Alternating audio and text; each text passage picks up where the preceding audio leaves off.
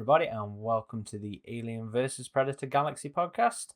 This is regular host Aaron Percival, aka Corporal Hicks, and joining me are regular partners in crime, Adam Zeller, aka Ridgetop, AJ Bischoff, aka Voodoo Magic, Eric Adams, aka Xenomorphine.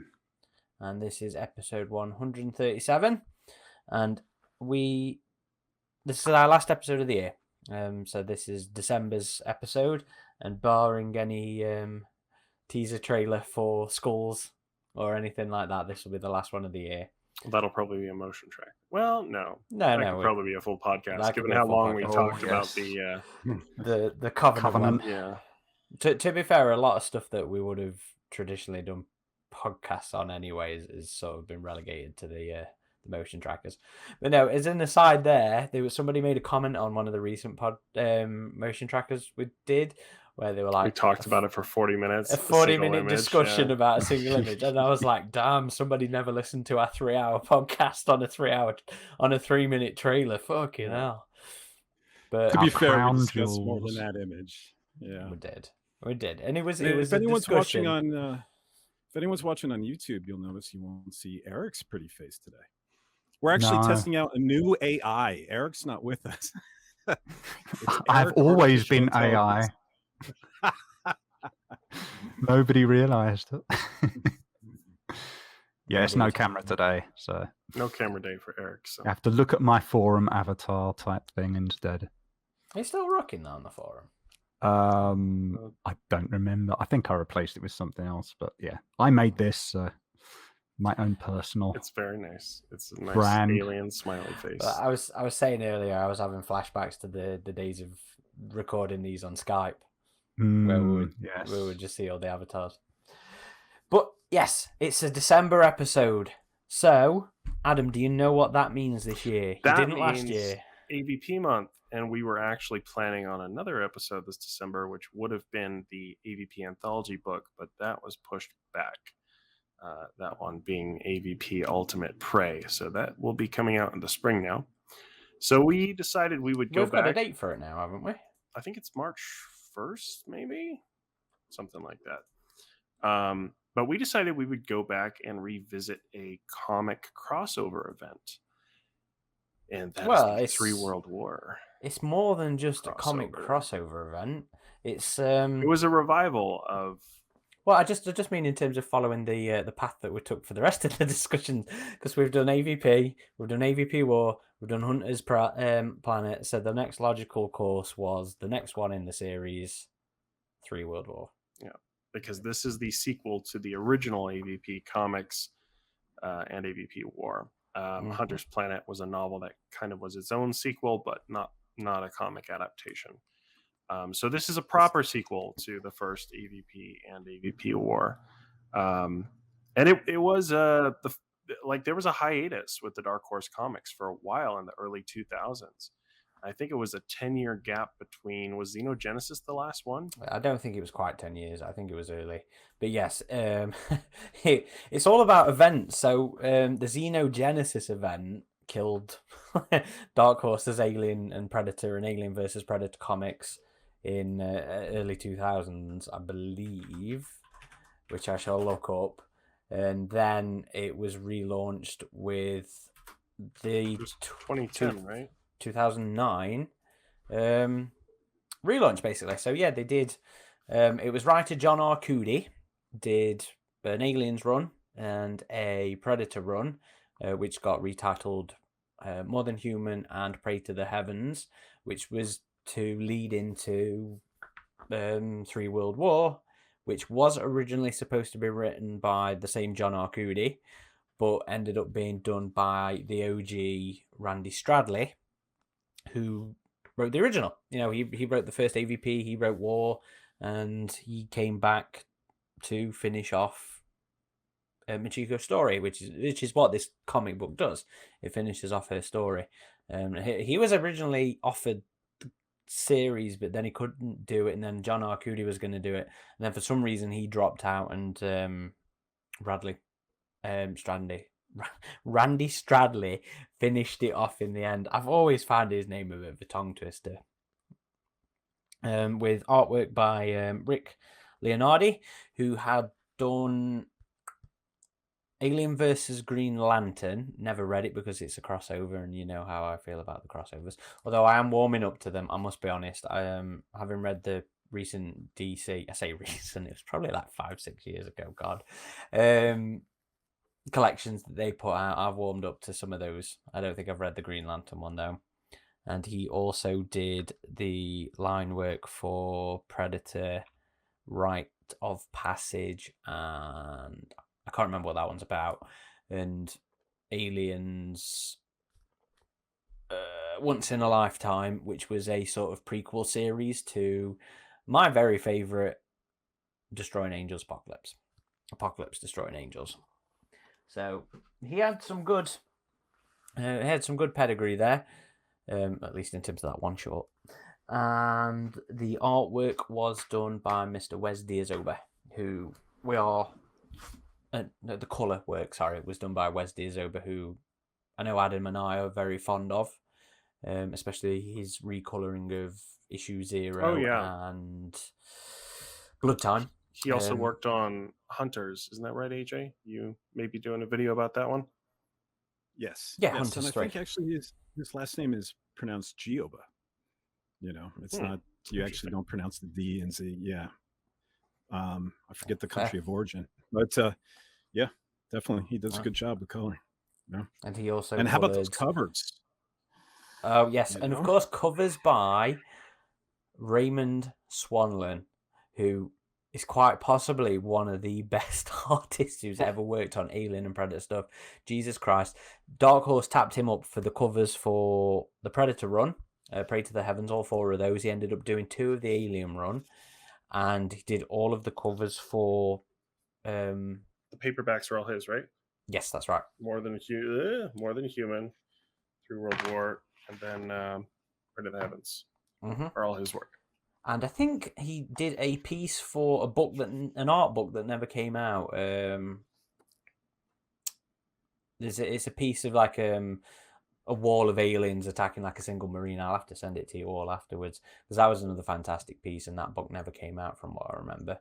But yeah, goddamn, he is gorgeous work. I think he'd come from Magic the Gathering. The 3 species skulls on like a pike through the spike. Yeah, I know there's been a lot of fan art that's like redone that piece too. So I think that's in the trade too at the end. I think.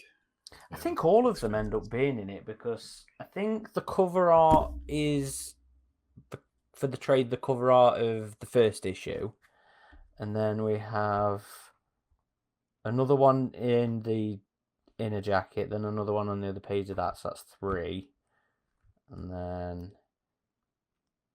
No, it's just the one. It's the one that Adam was talking about, the iconic spike one.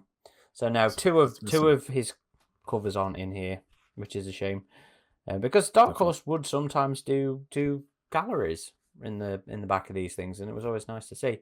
And Dark Horse has never been bad at getting fantastic cover artists, and this was no different. You got some singles too recently, didn't you, AJ? For this one?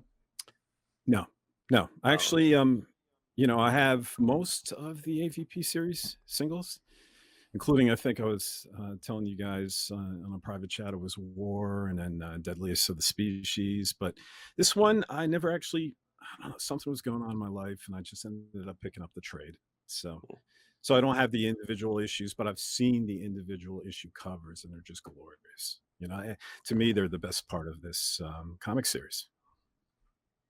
Yeah, I think the paperbacks may be harder to find now, and they're not available digitally either, as far as I know, unless they've been reoffered by Marvel now, because I know Marvel might have the individual ones digitally now. I don't think it's going to be in Marvel's Omnibus 4, because this is considered all EVP, even though it's branded Aliens, Predator, and AVP. I don't think Marvel has gone to Predator or AVP Omnibus yet, right? I mean, we had the Predator Omnibus release dates, and then that was canceled. Yeah. So I think it's just strictly Aliens right now, and Alien. Yeah, but they'll probably have. So it's not in Omnibus 4. Is it in 3? You're talking about the Dark Horse. No, the Marvel Omnibus that is recollecting the. It's the Aliens run more than Human is in Volume 3. Oh, okay. Oh, well, okay. But not the AVP one. Yeah. No, because they'll be in their AVP ones. It's more. I think it's more. Even though the Alien and the Predator series ran into this, it is more distinctly Alien versus Predator. I thought it would have been Volume 4, but I forget how many comics came after this. But this was an interesting relaunch because it did tie to those original comics, more so the original Aliens comics and the original AVP comics. It didn't really tie to the older Predator comics because this is all. Well, actually, no. The Predator comic is contemporary. The Aliens and or near future, I guess, and the Aliens and the AVP one are in the future. In the Aliens universe future. Well, let's read the synopsis first, and then we'll crack on and do our mini review.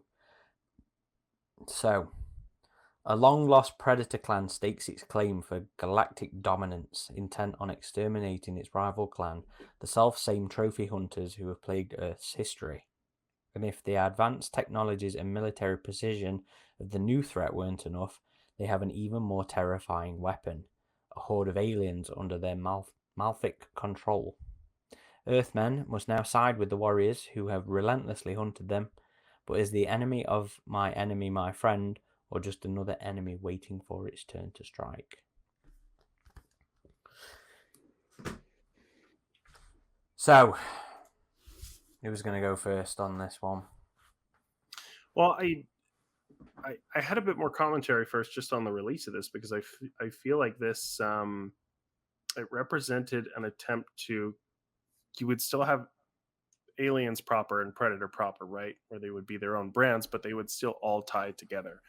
And this was a effort at that sort of connected universe thing that's been they've dipped their feet in the water with before in trying to do, but now it seems like these days it's keep everything completely separate, keep Aliens separate, Predator separate, AVP is all separate now. But this felt like an attempt to kind of start that whole connected universe in the comics, and I like that.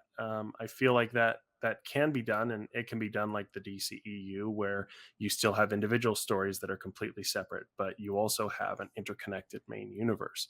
And I was kind of hoping to see that with Alien, Predator, and AVP. And I feel like these comics, I wonder how well they did, because it seems like they kind of went off in different directions after this. You know, that you had the Fire and Stone and Life and Death, which was also a big crossover event, but it kind of got rid of this, and that was really just Prometheus with Aliens and Predators. But after that series, I felt like there was a distinct kind of divergence again in terms of the comics all being their own separate brands and not really interconnecting too much. But I did like that here, and I enjoyed all three of these comics. I feel like the artwork for all of them was pretty good. I was a bit iffy about the artwork with AVP 3 World War at first, but I feel like the Predator Hunters series kind of got me to accept stylized art a bit more. You know, something that leans towards the cartoony but is not too cartoony. But I feel like I've warmed up to the artwork in 3 World War. I still feel like the original AVP has the best artwork of the trilogy. But if I was to compare the artwork of War with this one, well, no, okay, War's probably still better. But I feel like this artwork is worthy of the original AVP trilogy, even though this came far after those first two. It was unique in that it took on the whole Killer Clan idea, and I wonder if they had known anything about Predators, the movie Predators at the time, and maybe that's why they wanted to bring in this separate clan of Predators and that whole concept.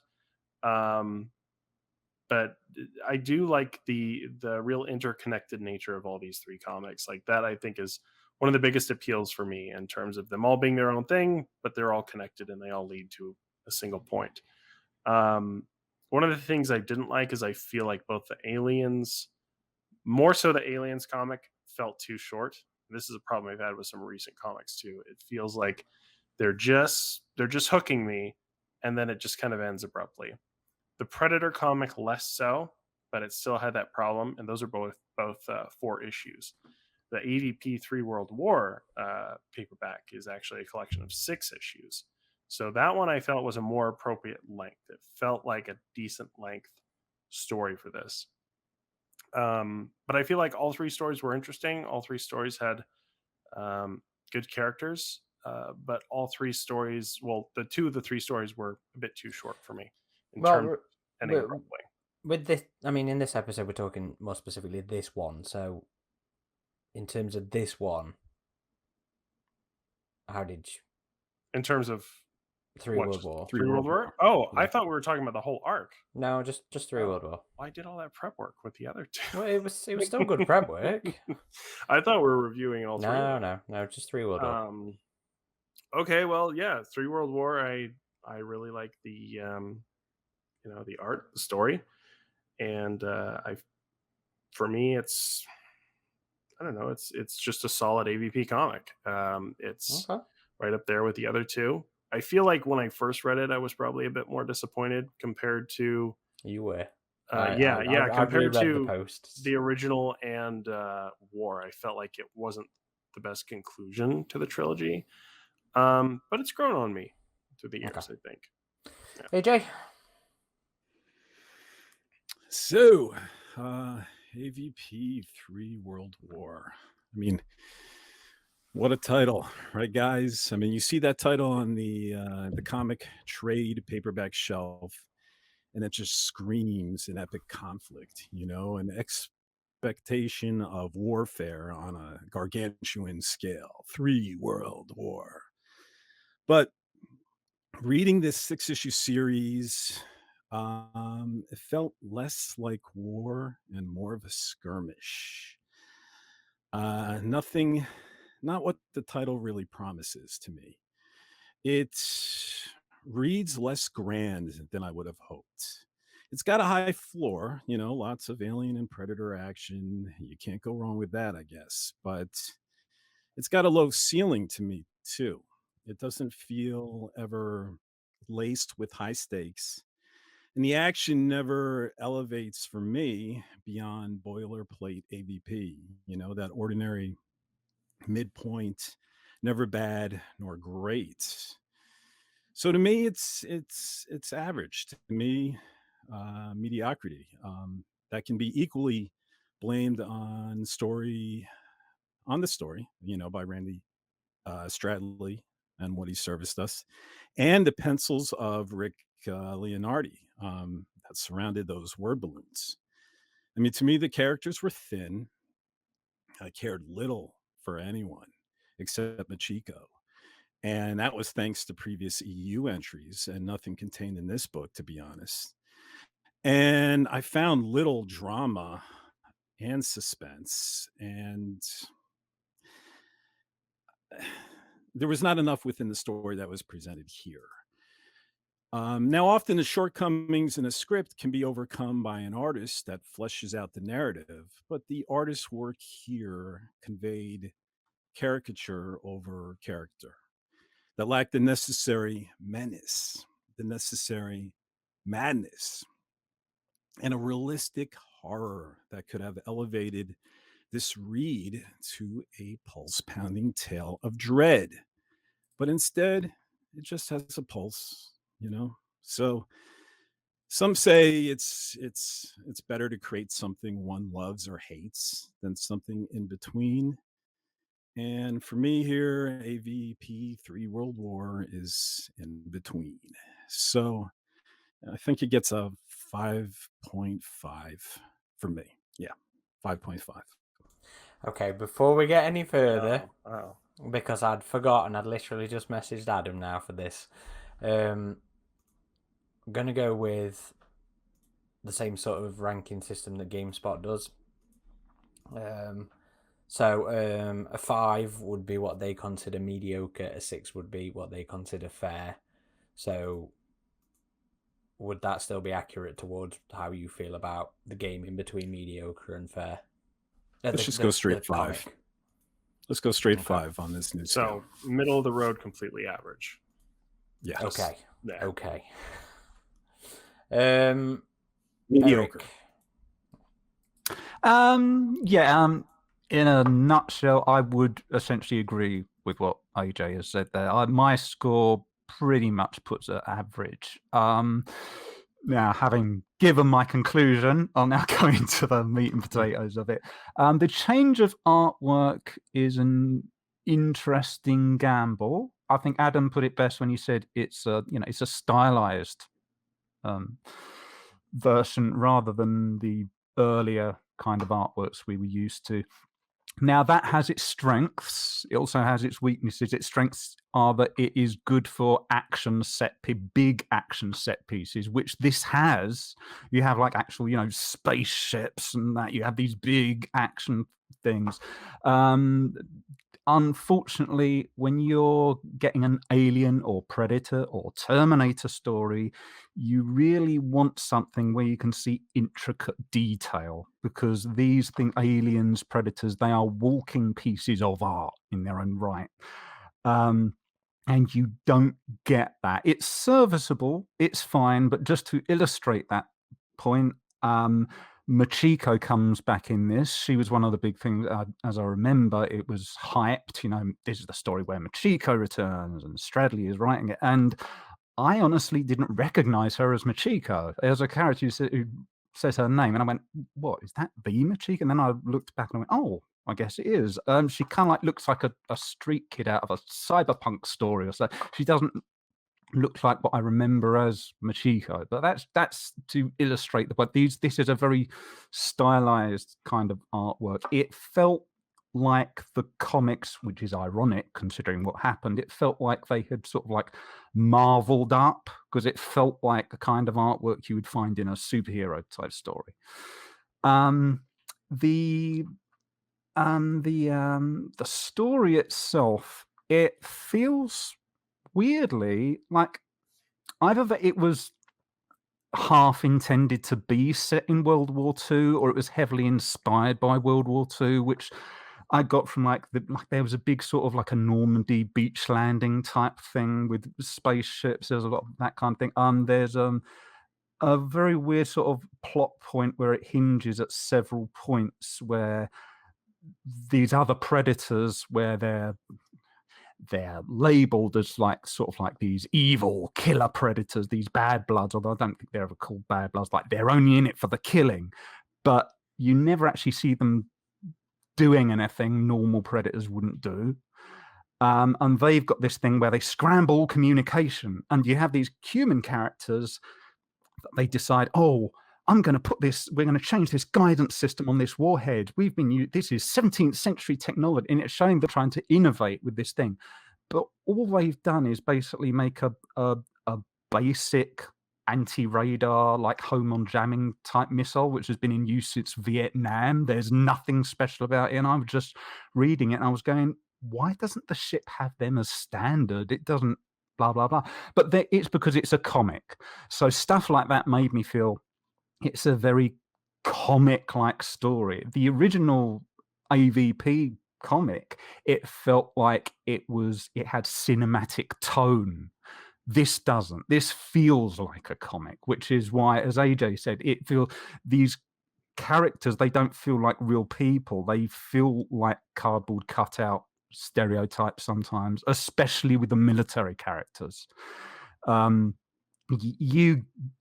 think they were trying to echo, for example, when Machiko talks to the military guys and they approach her and she's debriefing them, they're trying to echo that scene on the Sulaco where Ripley is debriefing the Marines there. But the key difference there is that, they've been told they're going to have these hope they might be facing the equivalent of basically monkeys with armor.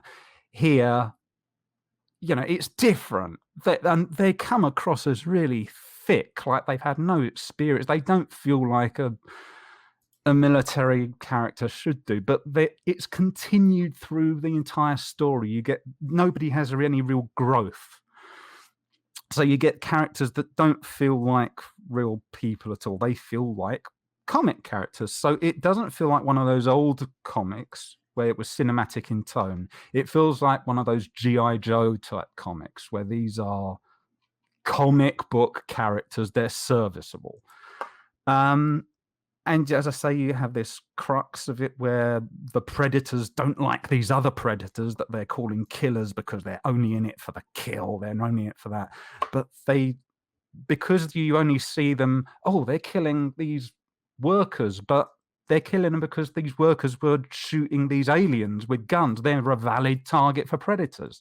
There was nothing in there to show us as readers why are they different from other predators except they're controlling aliens. That was the big hype again for this story. Why are these aliens following the predators? What's different about them? They've got tusks.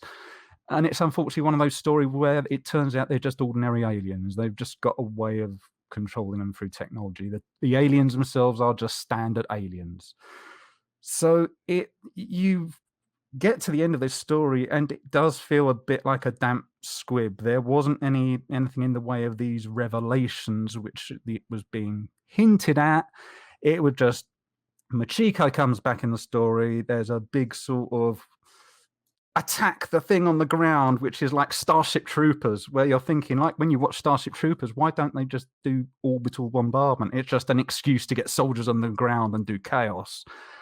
And it felt like one big excuse to have these action scenes where they're not using the aliens and predators to their strengths. There's just like generic explosion, generic kill. There's not anything where you have this sense of mythology about the predators like they did in the original AVP story. You got that kind of sense. You got the characters like Machiko having these memories of them being like the samurai stories of old. And you got this sense of the aliens being this Lovecraftian tidal, but there's none of that. They just come across as generic supervillains. And that's the weakness of this story. There's nothing wrong with it.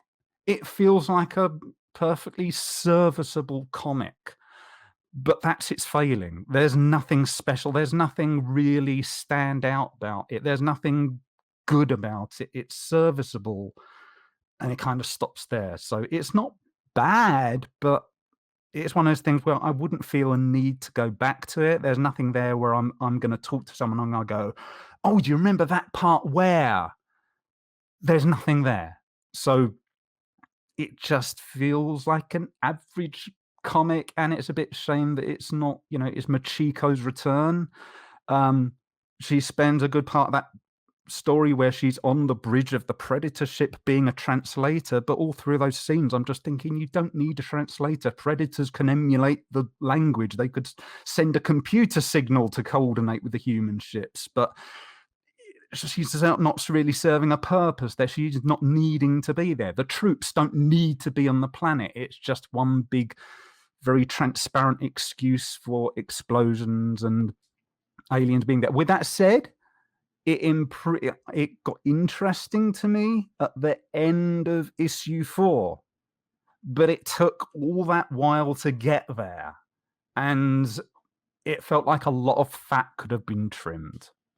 So that's my view over the whole thing. It's got its strengths, but they're few and far between. It just feels very general. See, I would have been very surprised if there weren't at least one of us that didn't really like this, because we didn't get Eric's score, did we? Or did we? Yeah, he agreed. The same as you. Yeah. Oh, okay. Like a 5. Okay. I didn't score it, Average, though, yeah. so I would probably, this is tough because I thought we were, again, judging the whole arc. If we're just going off 3 World War. But the thing is, the others do inform this. Yeah. So it's like what you take from those, you carry to this. Same as what you take from AVP and what you take from War, you carry to this. So, your view is perfectly valid. Give it a 7, and I think it might have been a 6 or a 5 before when I originally saw the comic. It has grown on me a bit. There's moments in this comic that I feel are truly unique in terms of, I like the team ups, Aaron, and to see like the Marine and the Predator ships together, like the giant vessels, and then the assault on the planet and all that, like that was some really cool shit in my book. So there were things I feel this comic did well, but you guys make some valid points. I mean, there are a lot of characters here that it juggles, and it brings in the characters from Predator, Prey to the Heavens, and Aliens More Than Human. Less so the Predator one, but it is dealing with a lot of characters here, and I could see how some might feel that Machiko was kind of sidelined in this one. I still thought it was cool, her interacting with the Elder on the bridge of the ship, and eventually she goes down to the planet and is more engaged in the conflict personally. But yeah, I could see the setup of, I always thought War never lived up to the original AVP comic personally, and this doesn't either. It's hard for me to choose which one I like less, this or War, but I enjoy both of them. They're both inferior to the original AVP comic for sure. So you're going with 7. I'm going with 7. Okay. So this was one I always have weird memories of, because as Adam said, this was the first time Dark Horse had tried to bring back the comics after Xenogenesis, which was 1999-2000. So there was it was nearly 10 years gap. We'd had a couple of one shots. What was the Dead around Space the time of and the Dead AVP movie, you Sand had Trap. Yeah, that was it. Dead Space. Well, you Sand had Trap. some longer ones that were released as little paperbacks, and that was Civilized Beasts and Civilized Thrill of the Hunt. Civilized Beast wasn't out until about the same time this was. Thrill of the Hunt was the only Thrill one. of the Hunt was the one around the movie, yeah. Yeah, so they were little digest-sized things. They weren't proper comics. So, we then get this 2009 with 3 World War releasing at the start of 2010, attempt at a relaunch. And again, after that, we'd only see little novellas. It wasn't until 2014 when we got Fire and Stone that the comics started again in any regularity, and we entered what I'd like to think of as the second golden age of Alien and Predator comics. So when the first lots were coming out, it was my first time picking up the comics as singles, so it had a little special place for me there.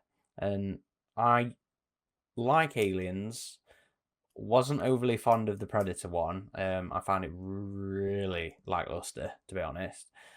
And then in the lead up to this one, I always remember seeing the preview art of this series and that money shot panel of the Predator coming down the ramp holding onto the aliens, where it looks like the reference material was a Kenner figure rather than tracing over a NECA figure in terms of the detail in Rick Leonardi's artwork.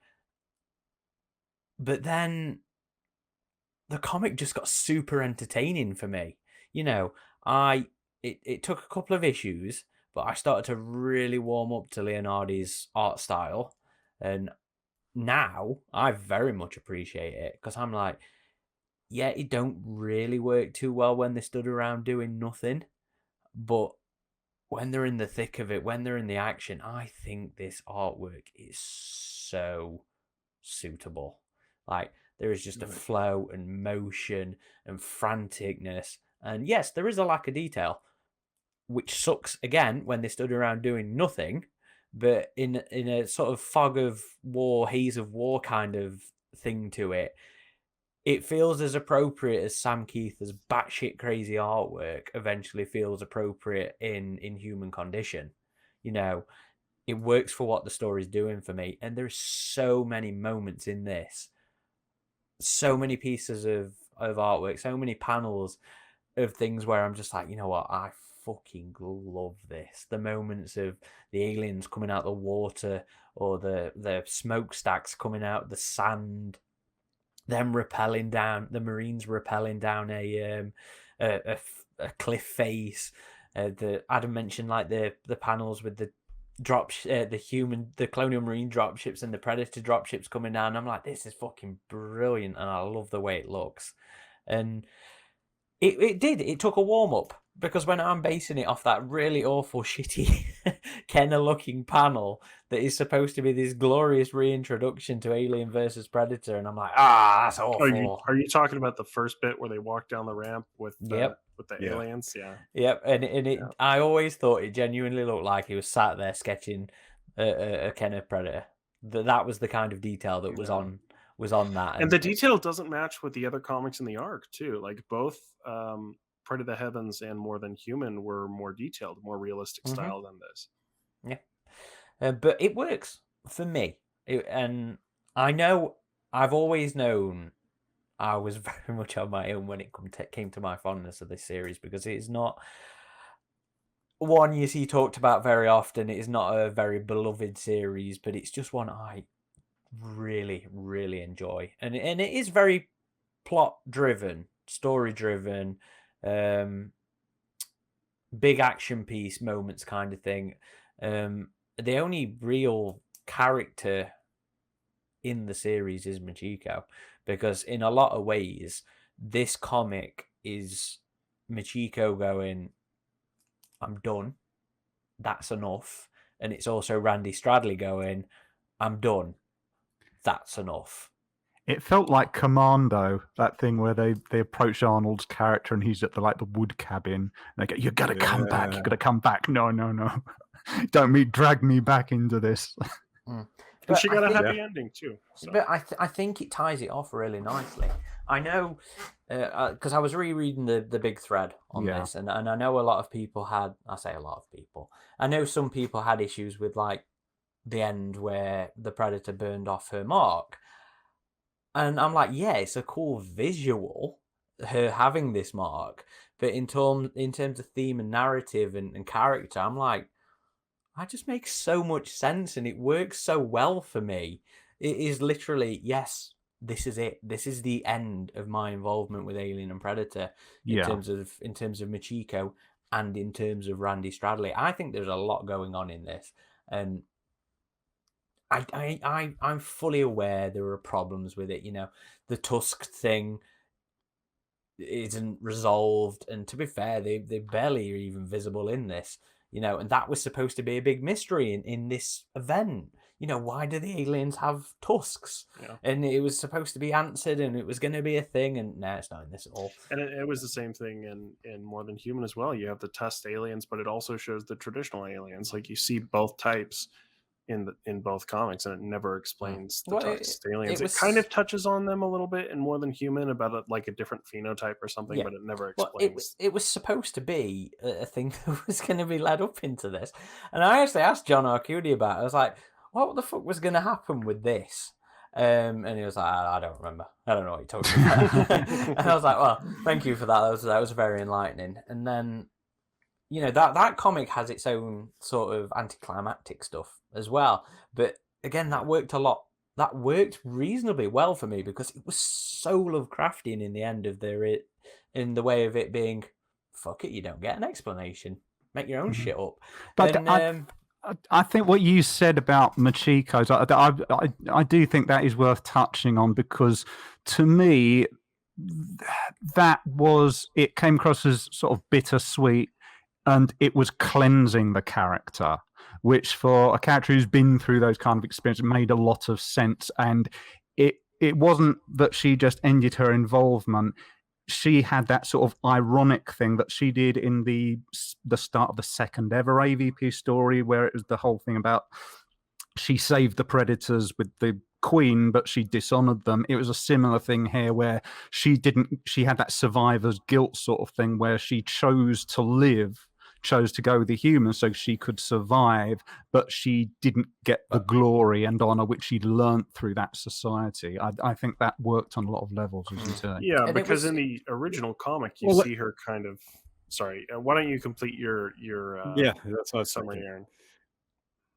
Oh, and I was gonna say, and it goes back to being more than just her going back for humanity. She went back for Ellis. This is more than just humanity. This is the personal connection that she never found before. Yeah, that's true. So I do think there's a lot more to the book, to the comic, than people tend to give it credit for. In terms of, I understand why people don't like the artwork. I just don't agree. And again, I knew I was going to be an outlier here because I really, really enjoy this series. I'd probably go an 8 or a 9. Ooh. I really enjoy it. You got to pick though. And ever since this series, Yeah. 8.5. What the difference? yeah. So I always have to split the difference now, don't I? Yeah, go 8.5. Do fractions. Go 8.5, which according to the reviews that we're going by, that is in between great and superb. Adam went for just good, and AJ and Eric have gone for mediocre. Do we? I didn't know you like this one. I don't say mediocre, but okay, we'll reword them a little bit, but yeah, in middle of the road. There's a key available now. I didn't even see a review key. Sorry, I'll drop it in the private chat for now. It completely fucking blanked on actually posting this. So yeah, that's another thing. Apologies for this year, listeners. We have not got out as much as we have done in the past, and probably not gone for as many cool interviews and stuff. I'm not saying we haven't had cool interviews and stuff like that, but it hasn't been the same quantity of stuff, and I've had the worst year of my life. I know a lot of people found 2020 shit, but 2021 has been absolutely terrible, and my motivation has just not been there. So we've always had at least once a month though. So yeah, so I've managed to maintain that. But and same to you guys. You know, this one was a fucking nightmare to schedule, and I do apologize to everybody, you know, listeners and you guys for my head this year, basically.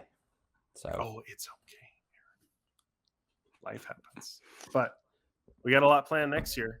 Next year's going to be a big year, I think, on multiple I think there's two anniversaries next year, isn't it? Is it Alien 3's 30th? Is Alien it? Resurrection's 25th? And then Predator's 35th. Yeah, I think that's right. So we have 3. What about Alien? Yeah, Alien 3, right? It's 30th. I'm sure it is. Wow. Resurrection's 25th. Yeah. Nice. And a new Predator movie coming. And the launch of hopefully both Predator and AVP comics. We've had just another new novel announcement today. 5 books next year. 5 books. Yeah. Hopefully we'll start to see some decent content from Fireteam as well. Fireteam Elite. So hopefully going to be a good year. And Hunting Grounds. Hopefully they tie that right in with a movie. Yeah. So. But anyway, but we're not done this year. We're not done this year. We'll get back to this comic. We're just saying it's been less this year. We don't expect it to be less next year. We'll probably have more podcasts. It'll probably be back to the twice a month. At least that's what we're going to try for. There may be a couple months where it's still one a month, but always quality over quantity. Sometimes less is more. That's always a good fallback. Yeah, that's our excuse. Anyway, so for me, for AVP, 3 World War, right? I think the artwork really could have elevated it for me. I'm really opposite of Aaron. You know, I wasn't really a fan of Rick Leonardi's artwork. Not that he's not a talented artist. You know, he certainly is. And the Humans himself is probably where Rick does his best penciling. But sometimes an artist's style has to match the story and the IP. And a good comic publisher knows how to match someone from column A with something from column B, you know, where the artist suits the work. And I just don't think Rick suits alien and predator creatures. You know, they should look menacing. But as I mentioned before, they look more like caricatures of aliens and predators, something I would find in comic strips, or for you old school fans out there, Mad Magazine, you know, but a lampoon, a parody, something satirical, you know, especially aliens. Often in profile, at a distance, these aliens had these elongated heads and skinny necks and I swear they look like appetizers. They look like hot dogs on a stick. I mean, I'd get hungry just looking at them. And That's a quote right there. and the predators, they were human size. They were the same height of the colonial marine counterparts. And I get that they're humanoids, but too often they look like humans wearing biomasks. And unfortunately, with the scenes where I should have been horrified, actually brought me humor, with the way this was done. I mean, when a predator targets a colonial marine and blows a hole through him, it never has the weight. It comes across as Looney Tunes cartoons for me, less than Saving Private Ryan. And it really needed to be Saving Private Ryan to be effective here with this kind of story. Yeah, impact. Yeah, absolutely. No, that's fair. I mean, there's no denying the artwork on this one is for a lot of people the big crux. Controversial. Yeah, because I mean, it's like I was saying, you can't deny there's, and you were saying, Adam, earlier, about it being cartoony. What was it, Eric? Somebody was saying about it being cartoony. Stylized. And it is. It is not. It's not Den Bouvet, it's not Tristan Jones, it's not Killian Plunkett, Chris Warner. It is different. Who's the artist that did Thicker Than Blood? Oh, Aaron, you know this. Doug Wheatley. Doug Wheatley. Yeah. Imagine him doing this. It's not Doug Wheatley. And yeah, I can't fault you in that opinion at all, AJ. No, I really can't. I did not like the art the first time I read this. It was one of the things that brought down the comic the most for me. You called it dog awful or something like that. It was the kind of words you would use when you're talking about. Did we didn't review this before once, did we? Like, no, when is this from? Was this just we were talking from about the read? No, I went back and read the thread. I always try to go back and read the threads over the older stuff. And you'd said something about it being awful, and it was the kind of language you'd use for the guy doing Alien at the minute, whose name I've forgot. What's his name? Oh, man. It doesn't matter. The Salvador awful LaRocca. Salvador LaRocca. It was the kind of language you'd use for what he's doing at the minute. Well, I do not feel the same as I did then. I'll have to go back and read that. But it's a fair point. Even if you're just judging it against the other two comics in this arc. But there have been comics where the stylization goes too far. I feel like there's some comics where it works. Hive and Harvest, I think. Yeah, in Inhuman Condition, way too far. No, Inhuman Condition works when you hit the twist. Once you hit the twist at the end and go back and reread it. See, that was a comic I gave up reading. It's one of the few comics in the series that I just gave up reading. I couldn't stick with it. I hate Sam Keith. And I was so not looking forward to reading that story. But when hi, Sam, if you're listening. Oh, he knows how Alien fans feel about it. Female War as well. Like, that was an example. That was awful. That was awful. Yeah, and that was the third in a series too. This is the third in a series, and the art was a letdown compared to the first two. And I definitely get that perspective that compared to the art, if you're used to the art of War, if you're used to the art of the original AVP comic, well, even some of the other Alien and Predator series, it's a big switch. Yeah, but it's not just about the, like, as I say, some of like the dialogue here. I think the first page is some of the dialogue is very hokey. Well, it made it feel like these claim jumpers picked the wrong claim to jump. I mean, we'll get to the dialogue. Well, let's stick to the artwork for now. I feel like you're right, Aaron. I feel like it handles the bigger war scenes better, and when things are moving. There's one scene where they're just talking, and you see the Queen on the rock behind them, and it just looks bad. So there's and like you said, that first shot of them walking down the ramp, I always thought that looked silly. I still think it's one of the weaker shots in the series. It's one of the first things we saw as well, and it was not a good, strong note to start on, in terms of preview art. It's one of those ones where you kind of see a piece and you go, I wonder what the editors are feeling right now about their decisions. We're kind of like, looks like a predator is taking its dogs for a walk. Because it's just sort of like calmly strolling out. There's no sense of we're gonna kill things. It's just this. Here, boy, go for a tinkle by the lamppost. It's pretty soon, guys. I hope to be moving, and if I do move, you're gonna be seeing soon all the Eagle Moss predators behind me. Ooh. But guess what Eagle Moss Predator I did not purchase. That Is it one the killer predator? walking his dogs because it This one? looks So right here. yes. Here, Yes. let me get his dog too, so he can walk it. There you go. There he goes, right there. That kind of looks like Yeah. it does at the comic. The pose is kind of similar It there. does. Yes. It really does. They did a good job capturing it. I just didn't want them Oh, to do a God, good yeah, job yeah. capturing it. Well, Bloody okay, Eagle Moss. Aaron, don't be mad. I'm going to branch out a little bit here. Did Eric and AJ, you both read the other two comics in prepping for this, right? Or no? No. I wasn't able to find Okay. them online. Because I would be No, curious. when We'll talk about this later, AJ, then. But I would be curious about your thoughts of Predator, Prey to the Heavens. Because the art style is completely different. It's still kind of connected to the story, but takes place near future. So I would very much be curious as to your thoughts on that comic. I think you'd probably enjoy it more than this one. I'm sure I have it. I just haven't prepped for it. You know, when Aaron said 3 World War, you know, I'm such a literal guy. I took 3 World War. I don't know. Yeah, so, I don't know how I heard the arc, Yeah. but Well, that's what I thought we were doing. So, No, I Yeah. just like I said, this year's been a shit show. but the Killer Clan is also featured in that story, and Well, the that introduced style- them. Yeah, the style of their armor is different than it is here. I would say it's a bit more ornate here, a bit more samurai-esque here. With the helmets.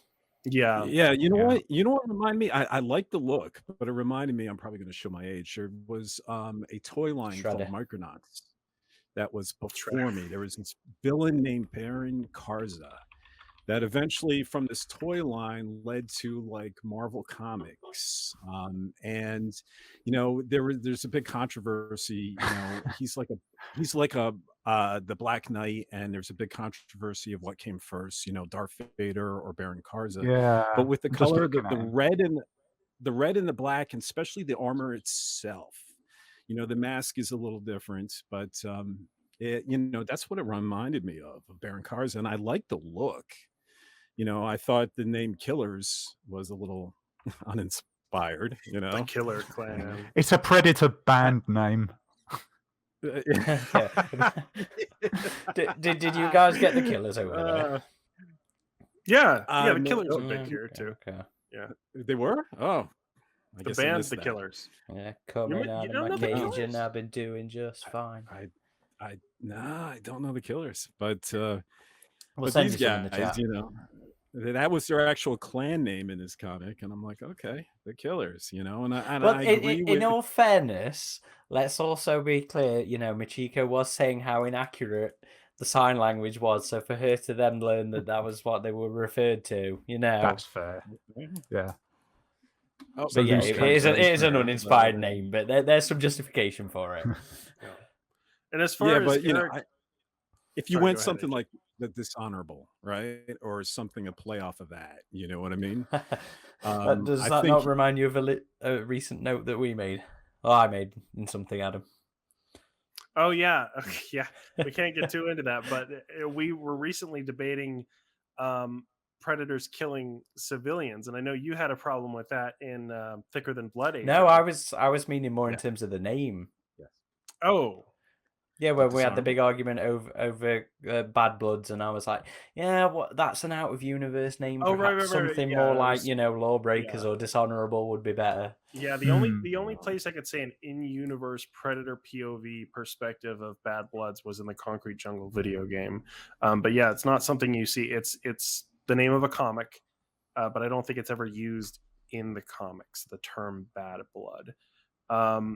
But Bad Blood, I think, was the first one to put forward this warring clan idea, right? Or at Well, it least wasn't that even didn't have a clans at warring that. clan. It was Yeah, just a an renegade individual. predator. This was the first one that presented the idea of a warring clan. Was Well, Predator Heavens before Predator 2010? Yes. Yeah, because 2009, right? Yes. So, and then you would see this concept revisited, pretty heavily inspired, in my view, in that mobile game AVP Evolution, because you had the Berserker Predator clan, which was it ripped was all straight from about 2010, predators. Yeah. but they were still controlling the aliens with pheromones, just like this story. And there was a lot of promotional imagery for that video game that was the predators, you know, having the aliens on chains, and it was very similar to this. Well, I mean, it was kind of curious because I didn't know that some people remarked, oh, it was sort of carrying forth a thing in Predators with the rival Predators clan. But I mean, in hindsight, they're also a group of predators. They're using aliens, but they're using hunting dogs, attack dogs. They're using aliens in the same way. And I kind of wondered, was that directly inspired by Predators? It does was seem that, it, doesn't it? Yeah, it really does. I mean, especially because the ones in Predators, they were dog creatures with tusks, with spines. So it makes you wonder, was that inspired by that? Or That's what it is. The aliens came from those dogs. Might have been. There it is. I don't That's know, the you know- secret solved. I don't know. You'd expect them to have more We'll have to spikes on investigate there. that. There's been hunting dogs as old as hunting time, right? But Yeah, but in Predators, know. that's what I'm saying. Was it their own idea, or did they take that from Predators? It's well, There's no, a it's lot of adopted stuff from on there. There's a their- lot of- it's adopted from human hunters, right? I mean, it's the human hunting culture applied to this Yeah, alien race. as a story principle, but in terms of We see Predators. nets, yeah, we see trophies, we see hunting dogs. So I always just took it as just another example of human hunters and incorporated to predators. But you mentioned the aliens on the leashes, and for me, look, as always with AVP books, I try to gauge if any of the two monsters are being underrepresented or misrepresented. Oh yes. And Oh yes. And I think aliens really got the short end of the stick here. Now, while I do perceive them, They always do in as- AVP stories. as an Always. animal in a way, or insect intelligence with that hive mind, it doesn't appeal to me having the aliens leashed like dogs. As the great Ridley Scott has said about putting a shark in a tank, the fear that should be felt hand in glove with these creatures, it feels ineffectual here. It feels impotent, and it's just not something that I would prefer. And as It's an alien literally fan, muzzled them. I feel like the Yes. Predators, I mean, this is a concept that was in the original AVP comic too. You had the Queen all chained up, totally controlled by the Predators, and then eventually they break out of that, they break free, as they do here. And I can get how the imagery can be kind of demeaning towards the aliens, but I think that it actually is plays to the whole differently, thing of trying to control something that can't really be controlled, and eventually it does turn on them, as it has And before. it's like chained up It's- King Kong. I'm okay with the Queen being chained up and eventually breaking loose. That you can't Well, contain. it's But when they're trained like dogs, and I get it's pheromones. Yeah, and all these with other the issues. Queen, it was represented as a big deal. The Predators took sacrificial casualties. They didn't undertake it as a light task. Here, they are literally on the end of chains, just taking them out for a while. Leashes. The optics aren't good, but in terms of what, Domesticated. yeah, in terms of how what the aliens do in here, the aliens walk around, they kill stuff. There's very little impact to them. I don't know. As a fan of both, sometimes I just have to snicker at the whole like, oh, you didn't treat the aliens right in this one. You didn't treat the predators right in this one. And I'm just like, they're different stories. Sometimes the predators will have the upper hand. Sometimes the aliens will have the upper hand, like depending on the circumstances and what creatures we're dealing with. Like, I don't know. I feel like maybe sometimes that's a legit argument from my perspective, but I feel like a lot of times it's just fans wanting like their side to be The best, yeah. Yeah. Predator's my side, but I'm here defending the aliens. That's true. The EU has historically been unfair to the aliens. Let's be perfectly honest and clear. And yes, I mean, I personally find this image hugely striking, especially with I love that. especially with it being Swanland's interpretation of it and the concept. So leading up to the release of the comic, that was something people were really fucking pissed off about, and I was there with it. It's like, fuck's sake, when are they going to treat the aliens nicely, especially in an AVP story? And that was again one of the reasons I was so into Thicker Than Blood, was the alien actually being useful. But with this one, it was that another. Still started chained up too. It did. One, so. They've got a thing about bondage. It suits Giga's stuff, right? Well, chained up is different from the appearance of being on a leash. and these look Mhm. like they I are. can get Well, how it's a that bit about particular look- respect yeah, for I can- the. Yeah, I can get Yeah. that. So I don't mean to belittle fans that have issues with how the aliens are treated too. It's just sometimes I have to snicker at it personally. But I can get that. Like it goes to the whole AVPR thing of the Predator just holding up the two. That is aliens. bullshit. That Even is though bullshit. I've always defended that, but I can get how Well- sometimes the imagery it can be.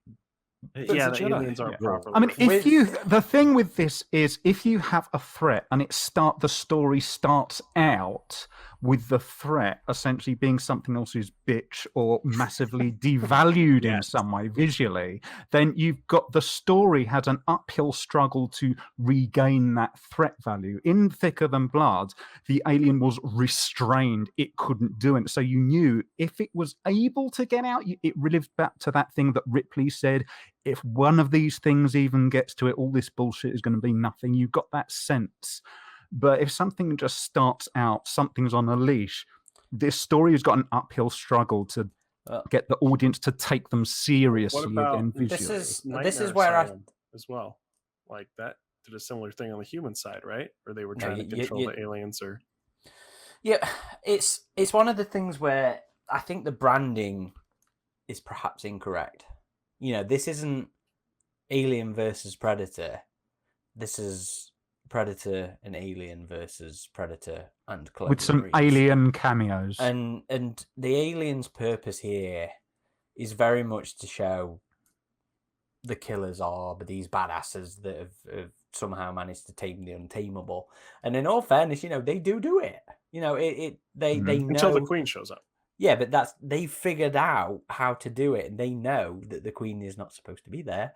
But that's devised as the crux as the way to get them. The aliens are here to improve the visuals of the killers and make them seem more formidable. Whether or not that works based on the artwork within it, that's a different question. But I actually really liked the way they handled the control of the aliens. This was a big thing coming up to the release of the comic, and one of the things I said was, unless it's some ancient space jockey technology, I'm going to be a pissed off fan.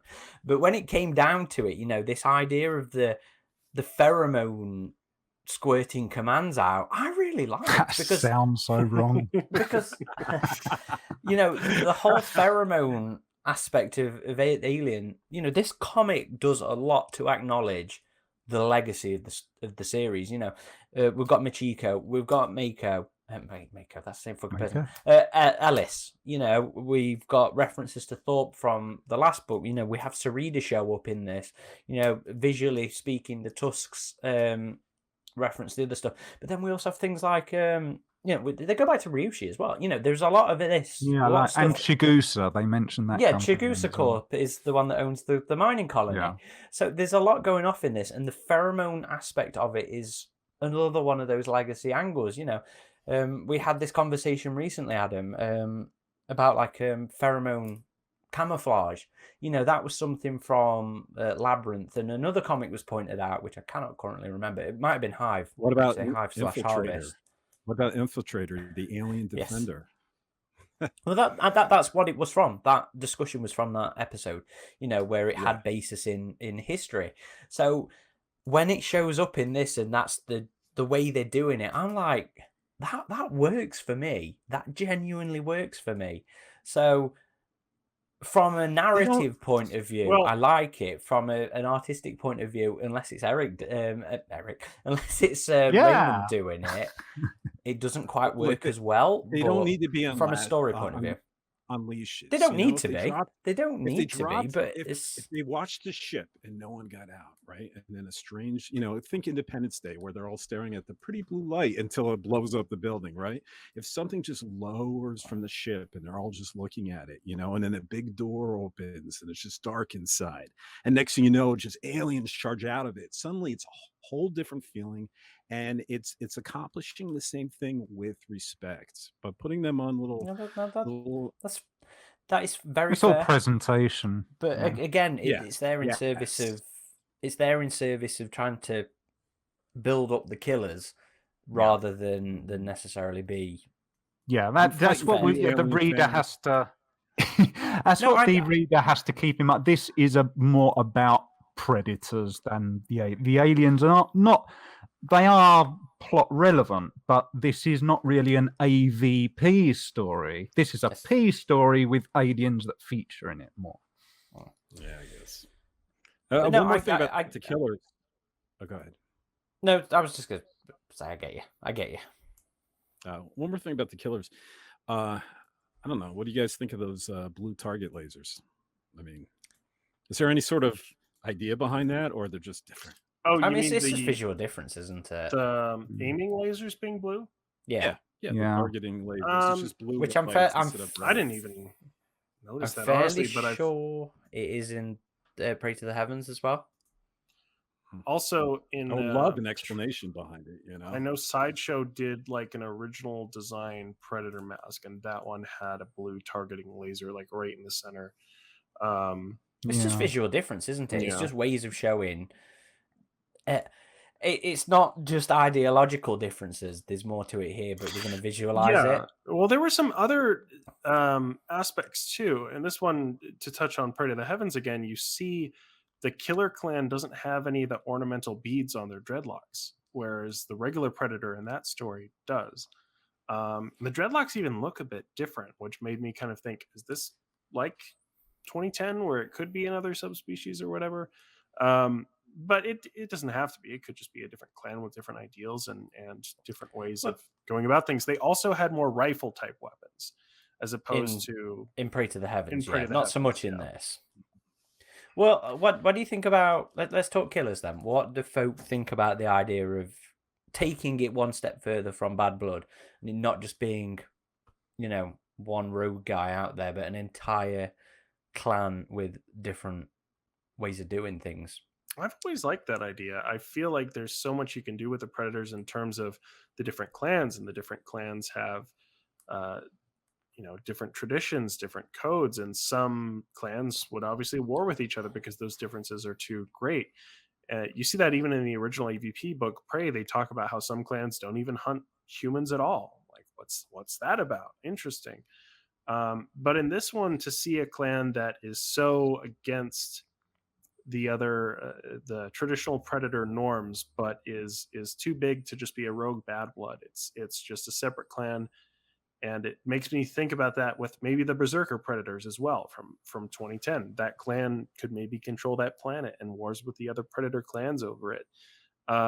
So I do really like that idea, because I don't like the Yatja or the Predators to be just a monolith and this is how they do things, because I feel like it just adds way more possibilities and variety to have different clans and have them do things different ways. It makes it so you never quite know what you're going to deal with. There's a lot of Predator stories where someone who's maybe dealt with a Predator before and is like, oh, this is how it all works. So we have to mask our heat signature, and they won't kill us if we're unarmed or whatever. And so to have that distinguishing factor, I feel makes it much more interesting and less predictable.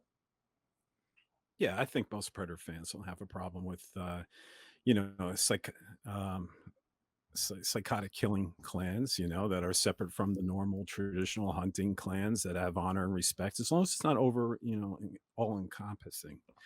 But I mean, even for me, when I look at the super predators, sorry, Aaron, they're super predators. Yeah, I was going to say delayed reaction there. That I suspect that they're in the same clan from the Upgrade Predator, because they both have that single blade, and they both use dogs. And, so in my head canon, I believe they're from the same clan that, would be considered dishonorable from the Predators we've seen in, the first two films and the Lost Predators. So, yeah, I love the aspect as long as there is thought behind it. And, I keep going back to Thicker in Blood. The Thicker in Blood gave you mixed signals. They're killing everyone from unarmed kids, women, and children, and then they're about honor and working with kids and respect and stuff like this. And just don't have it both ways. But I like clans with different politics and stuff like that. And I just wish we learned more about the killers and their motivations. I mean, my favorite aspect of this book or this comic series is Machiko and her being the window, the looking glass. That gets tastes of predator behavior and culture, and I've always loved that, and I still believe it's effective in AVP. And the best aspect of this particular story, but I just wish we'd get a little more insight on the killers, other than they just like to kill. I mean, is that their motivation? It's just a little bit, a little, a little wonder about their culture or something like that would have gone a long way. But I'm totally good with this. Rogue And Clan, evil clan. they did leave it Yeah. open at the end for their return as well, but nobody's come back to I would this like one. to see that clan come back in a future story. It would be kind of cool. They were so insistent on getting their ship, right? Versus just annihilating them. We need their ship. Yeah, so that was the Marines thing, because they wanted to know how to control the aliens. Yeah. Which is pretty consistent view from mankind's perspective in the expanded universe. Well, and I think that gives them an advantage. To me, the killer predators, it goes to the root of a lot of the things about this comic, where this comic has a lot of interesting concepts, but it's a shame about the execution. I've noted this as this theory. These are worse predators in some way because they don't care about rules, blah blah blah. But it goes against the old writing adage of show don't tell. We're repeatedly being told in exposition, which in what Machiko translates, etc., where she's telling us, oh, these are worse because of blah blah blah. But what we're actually shown, they're just acting like normal predators. And when we're given the reasoning for it, because they're obsessed with the thrill of the kill, the sadism, as opposed to wanting to face a good challenge, what actually happens? Well, the difference about how they operate is not what they're doing. They're using aliens to do most of the killing, which feels a contradiction for me. If they were really into killing and murder instead of just wanting a good challenge, a good fight, why are they having the aliens doing most of that? Why not do most of it themselves? So for me, it felt like a contradiction. Maybe they were planning to use that as a concept, but then somebody said, well, how about they're also using aliens? But the execution of that, it just feels like they're normal predators. They're just using aliens as hunting dogs as opposed to something else as hunting dogs. We're never shown, as opposed to the same writer when he did the first AVP. You remember that Broken Tusk? He lost control of them, and they were killing a civilian family. They were trying to kill they killed the unarmed wife. They were trying to kill the little boy who wasn't unarmed. At that point, you understood when Broken Tusk woke up, he's been nursed back to health by humans, and he's seeing this group that was under his leadership. They are about to kill this doctor that's unarmed, doing nothing but helping him back to health. And he realized these guys are lost. They've lost the way. Here, there's nothing like that. We're not shown something which we as readers who have been familiar with how predators have acted in previous film, previous comics, what's different? What are they doing which is different to another predator? And it's nothing. We're not shown, like a flashback might have helped, maybe, from a predator seeing from their perspective why these are doing something different. We're not shown anything like that. We're seeing that they kill someone who was using a pulse rifle to defend himself against the advancing aliens, and he gets killed. Why is that something a normal predator wouldn't do? It's not. Interesting story and concept, but I would have liked to have seen it explored more, and it wasn't. It needed more Bad Blood style moments of those really graphic, savage kind of things. But on top of that, the comic also makes a point of conquest. It's not so much necessarily always about the kill. They are conquest. They're conquistadors who are going to occupy this planet. That's what the Marines were there for. It's like, get fucked. This is mankind's planet. So I think in a lot of ways, that makes it no different, weirdly, from the Predator when they're going to conquer Earth. Yeah, well, we never count the Predator. But I'm just saying, in hindsight, it's kind of weirdly incompatible with normal predators. So that was supposed to be another thing that set these guys made these guys different to the normal predators was that desire to conquest.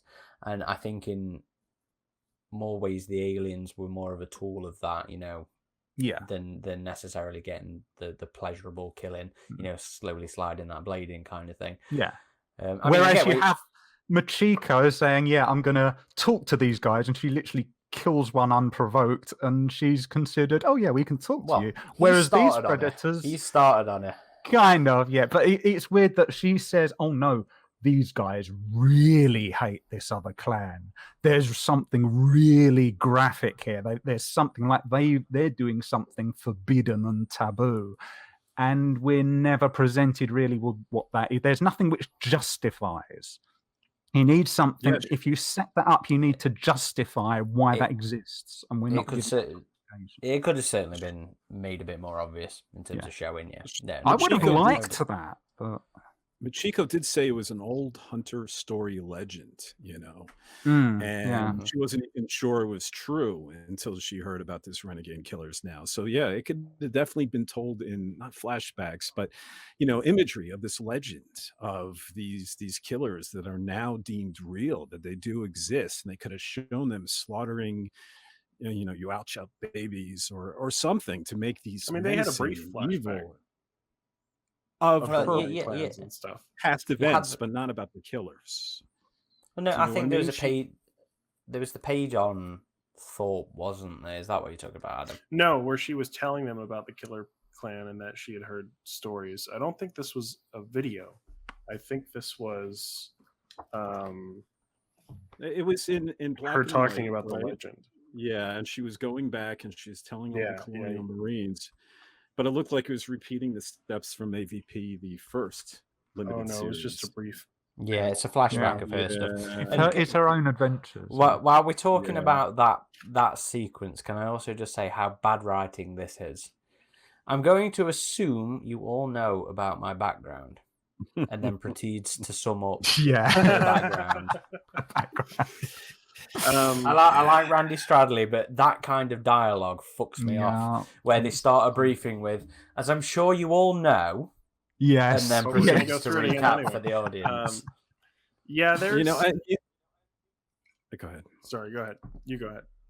I was just saying about that writing. Yeah, there were certain moments like we had to learn how badass Machiko was, so she had to get this like cactus, what do you call it, spike or something like that. It puts it in the I love that. I love that. Not only I was like, what if she to poke the guy with it, but then to replace the grenade pin and put it inside. I thought it was a bit much too. To be fair, the egregious part of that is that we already know that Marine. That's what I was going to say, yeah. And also, even if you use today's grenades don't work like that specifically because they don't want people doing that to soldiers. But it worked as I said, this was one of those moments that it kind of felt like a Marvel comic. It felt like something you'd see in Spider-Man. Well, it worked as a comic, but I couldn't, like, if that was put in a film, it totally, you'd be calling bullshit on it. But as a comic, it was okay. I think the Marvel. Go ahead. I don't think it works in a comic. I think it's a big eye roll, and I know the idea is to show that Machiko has enlightened skills and senses. And, the one way they did it right is when she picked out the synth, the synthetic, she says, I can smell, everyone else stinks of fear, but not him. And that's how I knew he was a synthetic. That I liked. Yeah. But putting a damn cactus needle in a grenade, pinhole and hoping it's going to stay there. Imagine. Yeah. If it didn't, that's what I thought.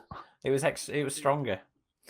It was like she just screwed up a little, and she's trying to make a point, and he's saying, "But it's come out," and she'd be going, "Oh wait, what?" And she has to dive for cover, and she's killed everyone. That's good. I know. If I was the editor, I'd be like, why don't you put this out? To have him kick him in the balls. Show she's tough in some other way, but the word "badass" is used a lot in this. Yeah, I thought the synth character David, different David Serena, isn't that? His name is David too, right? David Sereda? Yeah. I No, think that's it's right. Yeah. oh, is it Dave? All right, I was going to say Sereda. I didn't Well, realize. Okay. they don't say his first name in this comic, but he's the main character of More Than Human. And so I felt like he was a bit sidelined in this one, honestly. And I know it's a difference of art style, but I know it's a different art style, but he looked really different. Like his character, well, he got a lot blacker. yeah, his ethnicity was different. Like, yeah, it's kind of tan in this, but then towards the end of 3 World War, it was very dark skinned. Yeah. And maybe you guys can explain to me because you know Alien better than I do. It is David, by the way. In regards to synthetics, he looked like a Terminator, right? When the skin was peeled off, and he has red blood too. That's one of the big things in the More Than Human comic. Well, that reminded me of that guy in Genocide, who's the big hulking Arnold character in that. But he looks very different in that. There's a lot of artistic liberty taking on the endoskeletons of the various synths. Yeah, Ash pisses me off. I wish they'd get rid of the in the various re-edits, where they blast his skin. I wish they'd get rid of the shots where it blasts away to the polystyrene. The skull where there's no way there's any fucking movement of anything. No, it's not flexible. I'm like, oh, I wish you'd Lucas that one away, but it is what it is. I wouldn't get too wrapped up in the visuals of that one. AJ. There's a lot of different visuals. Yeah, well, for the reason you said, I think this comic actually did it right. It looks like something which is articulated that could move like an actual sort of robot kind of thing. That was nice to see as a visual. It looked like that DC Justice League hero. I don't know. What was his name? You guys know what I'm talking about? Cyborg or something. Yeah. Speaking of that flashback scene of Machiko again, I do always like seeing scenes we have seen before in other comics, but in a different artistic interpretation. We also saw that in the Predator Hunters comic, where they go through all the different characters' backstories, and we see these scenes from the different comics with a new art style. And it was very brief in this one. It showed a bit of war, it showed a bit of the original AVP comic, but it was cool to see. Oh, talking about the synthetic character, I must point out there's a point where he sort of like is taken to the Predator Citadel or whatever you want to call it.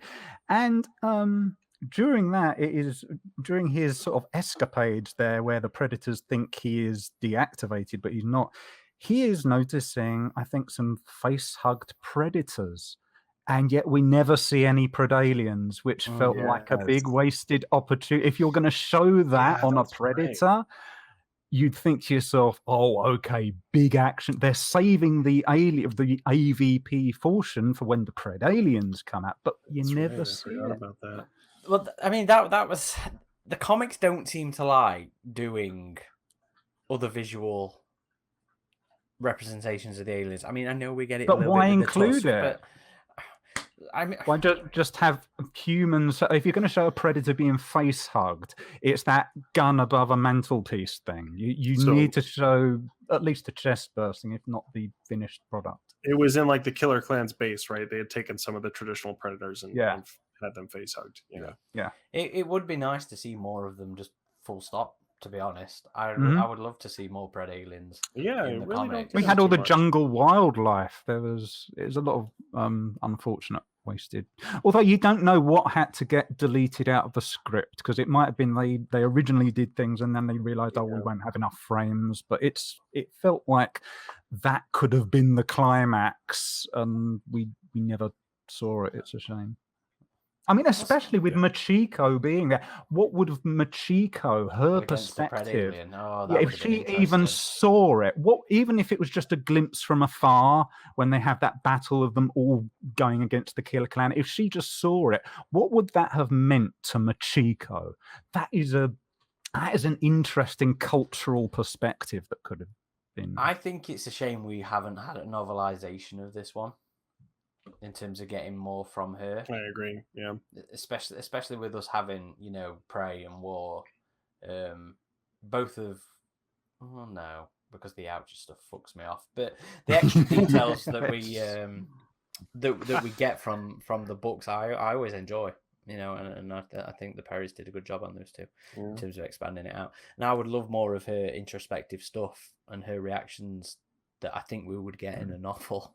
Come on, Titan, give me a novelization. Don't forget Hunter's Planet. Oh no, we don't count that. To their credit, we don't count that one. we have more AVP coming. Two books. It's been Mm-hmm. a while since we've had an AVP book, so. So I sent one you guys is also in the chat real quick. The tusked alien has kind of come back recently because Prime One is doing this really cool and really expensive collectible of it, and it's a new interpretation of it, and it looks pretty awesome in my opinion.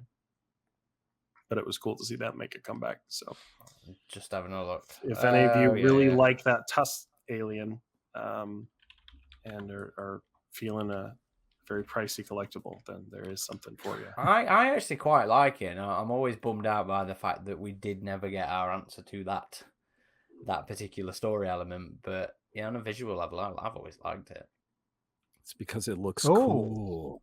That's very it's a very busy design. Yeah, interesting. It's probably better here than what we saw in the comic. That's very I don't know. I quite detailed. Like I quite like Swanland's take on it again. Yeah. You should check the actual pictures out. The cover art for More Than Human. So I only really have one other thing I want to bring up, and that's just it's again somebody who really enjoys this story, but it's the one thing that I've got left to bring up, and it's a bit of a negative, and it's kind of annoying, is the different reaction to that these Ryushi predators have to somebody interfering with capturing a queen compared to in War. Oh, right. Yeah. Because in War, they got very pissed off with Machiko stepping out of line to salvage the mission. But in this one, it was the basis of the... them coming together. So whether, again, that's down to differences in clans, because... That's what I assumed. Well, she mentions that the war predators must have been all killed off because these predators didn't seem to know about that. But there are a couple weird predator culture moments, like even the thing like, oh, I killed one, now we can talk. I'm like, really? Like that plays into the space samurai thing a bit too much, and I thought it was a bit much. But predators having a casual meet up over like the water cooler, and one of them has to get murdered just to talk. Hey, when are we gonna go to tennis, Dave? Oh, let me just slaughter your brother. Oh, yeah, okay. Now we can timetable that. Yeah, you're worthy. Let's talk. I did really like them going back to Ryushi, though. You know, that whole cool being set in there, because again, it also continues to show that Ryushi was a source before the humans showed up, and it continues to be a place that they go to after the humans have fucked off as well. And I quite liked that. You know what? That kind of I felt that kind of needed a Jurassic Park type moment where they there's a moment where at least they see off in the distance or something the wreckage of the old colony, something like it would have been nice, because that wasn't like Hadley's Hope. It wasn't Vapor. That was something that slammed into.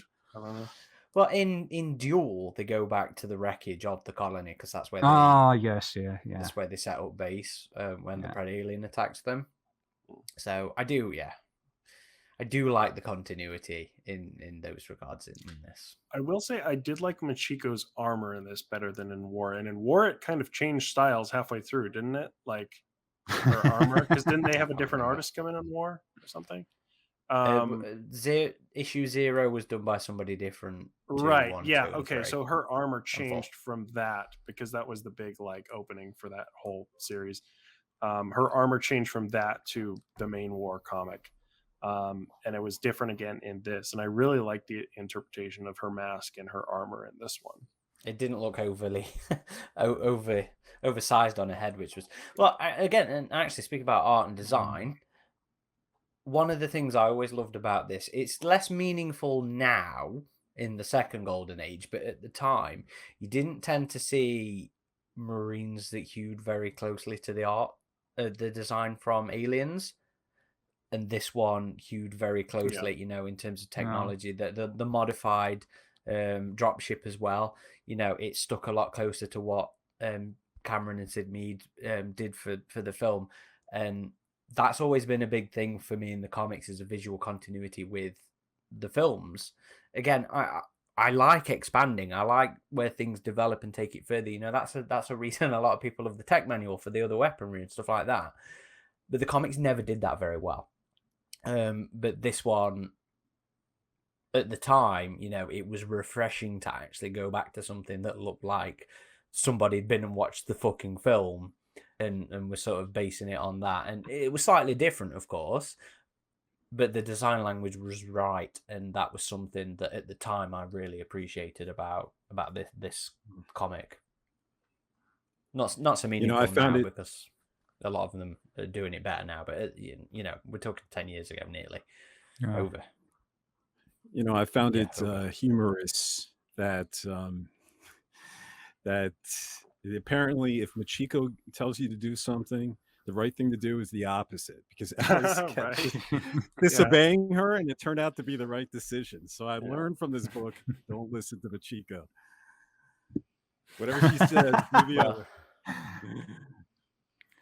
Yeah, so you need some sort of proverbs from Alien and Predator films and comics. Rule So- number 3: never follow Machiko. What about this being her grand bow out then? Was this a satisfying end to Machiko for you guys? I feel it was, because and this is the problem I had with Amanda Ripley, right? Because Alien Isolation proved us wrong. She was a awesome character, and we totally got on board. But for me, there got to be a point with those comics. It's like, can we let her live out the rest of her life in peace now? Is that not because they were bad comics, though? Not necessarily. Maybe it was. Yeah, maybe if the comics would have been better, maybe I would have been more on board with that. But hey, Alien Isolation changed our minds because it was good. But I don't know. When it's like, would we have liked to have seen Machiko in more AVP comics? Maybe, and maybe there's a period of time in between the comics where you could tell more of her time with the Predators or whatnot. I did find it interesting that she was working on a hunting preserve, because we've seen this setting a number of times, like in Hunter's Planet 2, we saw Hunter's Preserve for wealthy, galactic travelers, and so that's a cool concept. And it makes you wonder, like, is she just going to go back there, continue to run this hunting preserve? Could something else come up that brings her back into this, that forces her back? I don't know. I mean, if it felt justified because it's been a long enough time, I could see another story with her, and maybe bring into the fact that she's no longer with the Predators, but that comes into play. Or you could just have it be her happy ending. It could go either way for me. Yeah, I think the thing with Machiko is, now this is where she as a character differs from someone like Ellen Ripley, who in Alien 3, there's that famous quote where it's a really nice quote where she says, "You've been in my life so long I can't remember anything else." With Machiko, she's different because she's not corralled into facing, though. She has a thing where she's chasing the dragon. She has that need to get back into the fight herself, and it's always conveyed very well for her. But by the same token, she is a human character. She's going to get on in years. She's going to reach a certain age where she's going to have a Danny Glover moment, and she's going to be like, "I'm too old for this shit." She's got to drink that Predator juice. Yeah, she the kind of things you have to do when you're fighting with predators are difficult even for someone in their prime. So I could see a point where Machiko doesn't want to necessarily hitch up with them again, but she's still got that itch. She's still got that thing she needs to scratch. But she's going to reach a point where she is no longer going to be physically viable for joining up with them again. So I think, quit while you're ahead. That's what I got from this story. It had that bittersweet moment where her mark was cleansed, and it's like fate is telling her, move on. Yeah. So for me, the story it was in, not so great, but I liked how they dealt with Machiko's legacy. Yeah, and it was. Sorry, go ahead. I like how the mark is removed, right? But I just don't like the framework of it. I don't like, it was she says leaving is the ultimate betrayal. Okay, the denial of glory. And this is her punishment. This is the hunter's disdain. Once again, she had to kill a predator just to talk to them. Okay. Yeah. But now the predator's going to stop. I'd rather have Machiko jump on the ship and then the Predator turns back and realizes she's deserting, and she removes the mark herself. But I just don't see this fitting with the behavior of the Predators earlier on in the book, that he would sit there and waste his time and burn off the mark if this is the ultimate betrayal, you know? Or maybe she burns off the mark herself, quiet in the bathroom, looking in the mirror before she joins Ellis, that she finally closes the chapter on her, on this part of her life. I think it would be more fitting and more realistic. So I love the idea of burning off the mark. I just don't love how it was presented in this book. I don't know if it was an ultimate betrayal as much as it was like the Predator saying, if you're going to go live with humanity and not die with us here honorably, then you're choosing that life, and you're not going to have the ultimate privileges betrayal associated with this clan. I just That's read what it from says the in the book, and story. they call it Yeah. Is the that what they ultimate call betrayal. it? Well, Yeah. it said also would have leaving- been. Go on. Go ahead. It said leaving Well, I was would just- be the ultimate betrayal, the denial of glory. This is my punishment. This is the hunter's disdain. I choose humanity. So It the might be dialogue me- is nice. It might be me reading a little into it a little bit with the glory stuff there, but it also kind of feels like it was her going, I'm going for glory, that brought them down with her. And then she's like, you know what? I'm just gonna get on my ship and go off with my mates. You guys stay and die. Yeah, that's the only thing I think it lacked. I think because where she was in her life in the first AVP story, she identified with these tales of samurai from her past, and I think what's essentially the third act of her life and relationship with the Predators. It would have been nice if she had had that observation where she considers from the Predators' perspective that's the ultimate betrayal or whatever, but then she kind of like mentally shrugged her shoulders and realizes that is a dead end. That means as a race, maybe you're going to die out. I need to have a more evolved perspective, because that means you're just going to end up dying or killing yourself. You need to be more pragmatic than that. You cannot see your life in terms of pure chasing the dragon, always wanting the biggest, baddest kill, because what are you going to do with the rest of your life? Which I think would have capitalized on her, her need of connecting back to humanity through a romantic partner. That was kind of missing from that logic gap there. She's rediscovering what it means to be human, which kind of pays off back to the original story, where she wasn't seen as human. She was just seen as this corporate suit.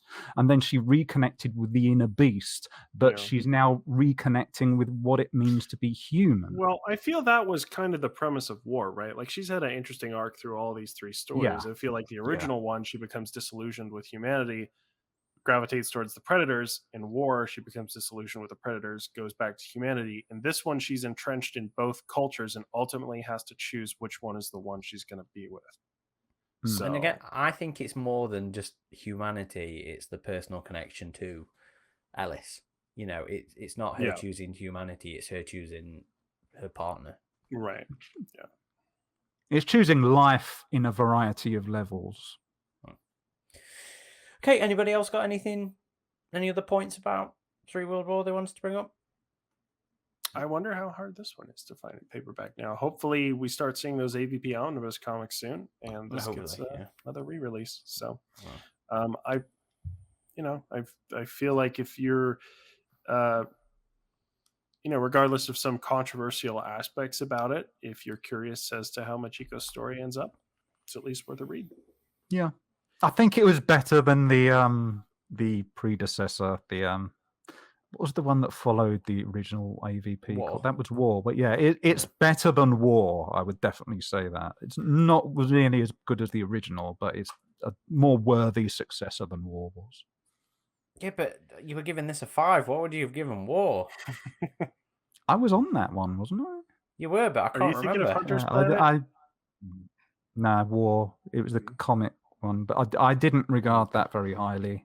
I liked the one where they were on the alien planet getting the queen, but then that's more of a sort of epilogue to the The rest of it did not impress me. I really like all the comics, to be fair. The original is obviously the best. I really enjoy 3 World War.